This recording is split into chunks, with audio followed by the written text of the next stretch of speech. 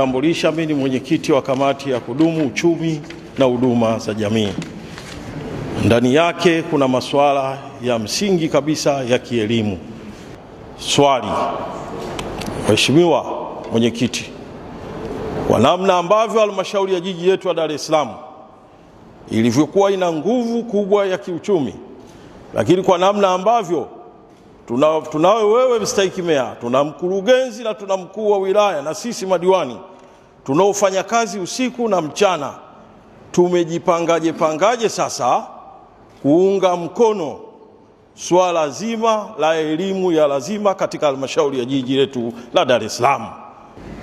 Nichukue nafasi hii kwa dhati kumshukuru Mheshimiwa Rais kwa kuona mbali, kwa sababu sisi kama halmashauri ni chombo cha kuhudumia wananchi, ni chombo cha kuhakikisha tunafikia malengo ya serikali kwenye sekta zote, ikiwa pamoja na elimu kama alivyouliza Mheshimiwa Mwenyekiti.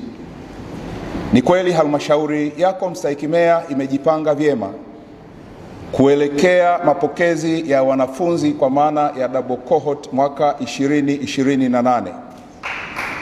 Na kwa msingi huo utakumbuka mstahiki meya, baraza lako na kamati zake zote kwenye bajeti ya mwaka 26-27 kiasi cha shilingi bilioni 19 kimetengwa kwa ajili ya uboreshaji wa miundombinu, lakini tukijielekeza katika maandalizi ya mapokezi ya wanafunzi mwaka 2028.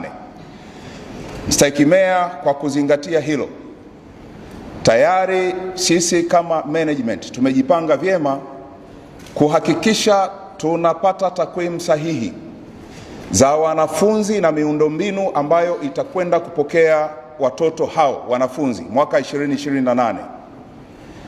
Na tumeunda kamati mstahiki meya ambayo kimsingi inaongozwa na mkuu wa kitengo cha ufuatiliaji na tathmini, ambaye tayari na timu yake wameshafanya kazi kubwa ya kuja na tafsiri halisi ambayo inajielekeza katika utekelezaji wa bajeti ambayo mstahiki meya mmeipitisha.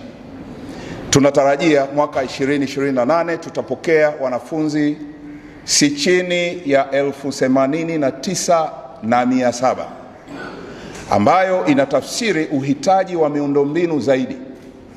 Na kwa kuzingatia hilo, mstahiki meya, halmashauri yako imeendelea kuboresha miundombinu hiyo kwa maana ya maandalizi.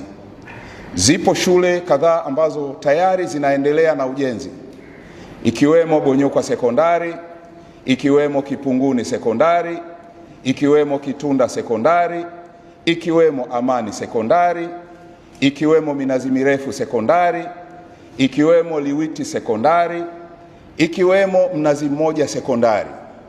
Lakini mstahiki meya, kwa uimara na umadhubuti wa halmashauri yako, usimamizi wako pamoja na baraza lako la madiwani katika ukusanyaji wa mapato, tumesema tutakwenda kuboresha miundombinu na miundombinu hiyo itakwenda kujitosheleza, na ndio maana tumetenga kiasi hicho cha shilingi bilioni 19.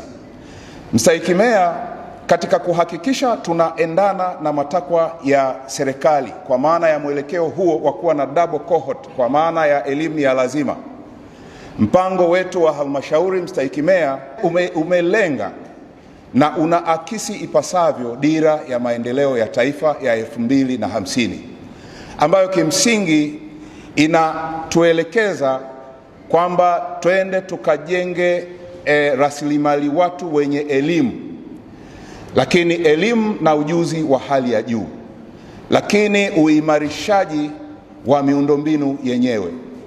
Lakini mstahiki meya, kwa sababu mahitaji ya halmashauri yako katika ujenzi wa miundombinu ni lazima swala la ardhi twende tukalisimamie vyema. Halmashauri yako kwenye bajeti hiyo iliyopita ambayo tumeipitisha kwenye baraza lako, tumepitisha kiasi cha shilingi bilioni 3.5 kwa ajili ya fidia. Sehemu ya fedha hiyo itakwenda katika utoaji wa maeneo ya shule, lakini zipo shule ambazo kimsingi tutakwenda kuzijenga. Kwa mfano Somera na Lubakaya, kule tunakwenda kujenga shule ambazo kimsingi ni maandalio ya mapokezi ya watoto wa mwaka 2020.